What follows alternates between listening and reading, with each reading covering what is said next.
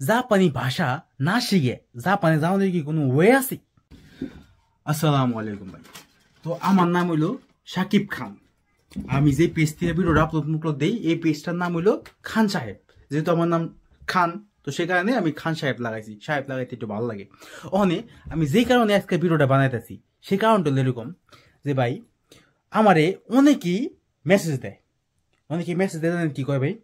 যে ভাই আমি তো জাপানে যাইবার চাই, তো ভাই জাপানি ভাষা না শিখে জাপানে যাওয়ার কি কোনো ওয়ে আছে? কথা বলছেন তো ভাই? মানে জাপানি ভাষা হ্যাঁ শিখতো না, জাপানি ভাষা না শিখে হ্যাঁ জাপানে আইবার চায়, এটার কি কোনো ওয়ে আছে? মানে সাধারণত আমি উত্তর দিই হ ভাই আছে। আপনি যদি চান আপনি টুরি ভিসা জাপানে আই পারেন, টুরি ভিসা ঘুরে মেরে গেলেন গা, কই না ভাই আমি তো ঘুরবা যাবার চাই না, আমি তো জাপান যে থাকুম, বপুলা নিয়ে থাকুম ওই জায়গায়, আমি ওই জায়গায় কাম কাজ করুম। আমি কই আপনি একটা দেশে থাকবেন, ওই দেশে কাম কাজ করবেন, ওই দেশে সেটেল হইবেন, কিন্তু ওই দেশের ভাষা শিখবাচ্ছেন না, এটা কি মন্তর কথা ভাই? একটা দেশে ব্যাপার স্যাপার আছে না, এটা কেমন কথা? ওই জাপানি ভাষা খুব কঠিন ভাই, শিয়া পারম না ভাই, তেল লেগে জাপানি ভাষা সারা ভাই আইবার চাই ভাই।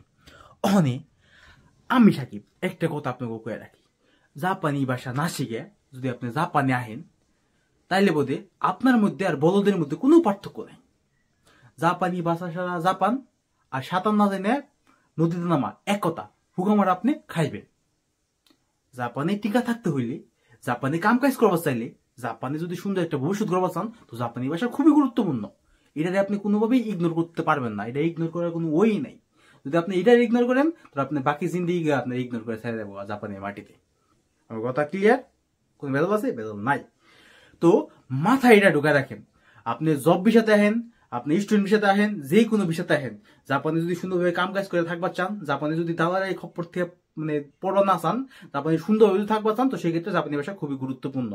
আর যদি আপনি স্পেশালি যদি জব বিষয়তে জাপানে আহেন, জব বিষয় বলতে জব বিষয়ে কিন্তু অনেক অনেক অনেক ভেরিয়েশন আছে। TITP technical internet training programme visa, তারপরে SSW specified school working visa, তারপরে ইন্টারন্যাশনাল সার্ভিস ভিসা যেটা আমি আছি, এরকম বহুত বহুত ভিসা আছে না?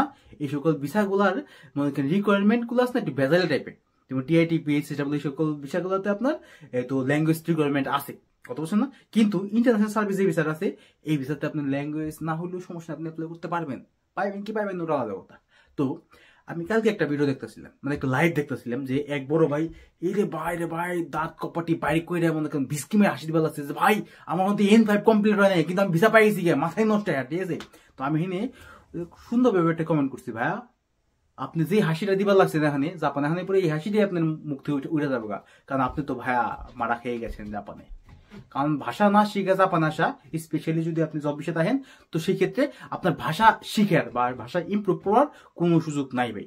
আপনি স্টুডেন্ট বিষয়ে আহেন নাই যে আপনি ক্লাসে যায় হিনে যায় যে আপনি ভাষা শিখে পারবেন। যদি আপনি জব বিষয়ে থাকেন তো ডাইরেক্ট কোম্পানিতে ঢুকতে হবে না, চাকরিতে। তো আপনি কাম করে এমন আপনার অবস্থা খারাপ হয়ে যাবো যে আপনি পড়ালেখা ওটা কথা বুঝা যান না, রাইন্দা ভাত খাইবেন, ভাত খাওয়ানোর সময় পাইবেন না। তো সেই কারণে যদি আপনি জাপানে এবার চান তো মনে রাখেন ভাষা শিখা তারপর জাপান আহেন ভাই। জাপানি ভাষা ভাই বহুত লেভেল আছে, বহুত কিছু আছে। শুধুমাত্র বাসনের লিগে N3 N4 লেভেলটা, N3 লেভেল শিখা হলে তো মার খাবো, আপনি মোটামুটি ভালো করা পারবেন, জাপানে অনেক কিছু করা পারবেন।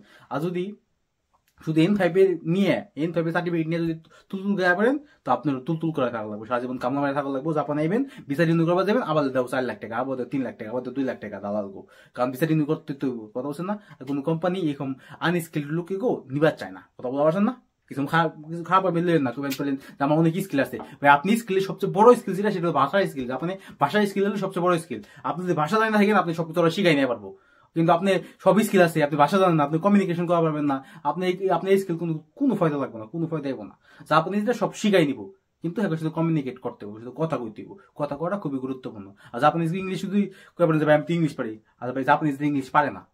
ও ইংলিশ যদি পাইও থাকে, যে ইংলিশ কইবো ওই ইংলিশ আপনিও বুঝতে পারবেন না, আর আপনি যে ইংলিশ কইবেন এটা হ্যাঁ এটা বুঝবো না, ঠিক আছে? মাথায় রাখবেন। আশা করি সবাই ভালো থাকবেন, ভালো লাগবেন। আল্লাহ হাফিজ, আসসালামু আলাইকুম।